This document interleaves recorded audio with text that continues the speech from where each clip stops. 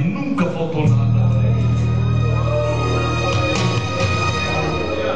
Dor e sofrimento numa cela fria escura, corpo ensanguentado pelas mãos o que bateram.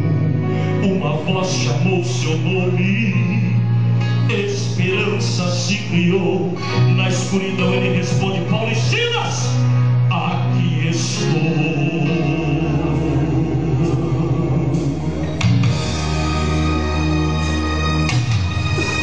Você sabe, irmão Silas, Paulo fala com amor. A morte esteve perto e eu só tenho dor.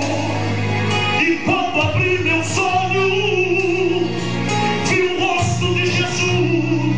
Aqui estamos juntos, carregando a cruz. Eu louvarei meu Deus.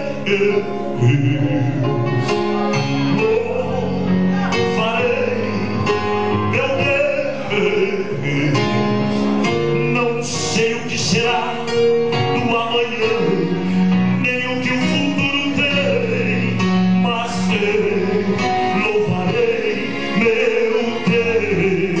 Você pode cantar, não? Eu louvarei meu Deus.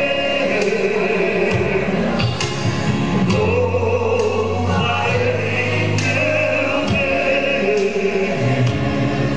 Não sei o que será do amanhã, nem o que o futuro tem, mas eu louvarei meu Deus.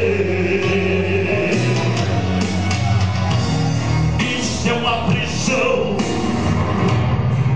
tem corrente sim, mas eu sou livre.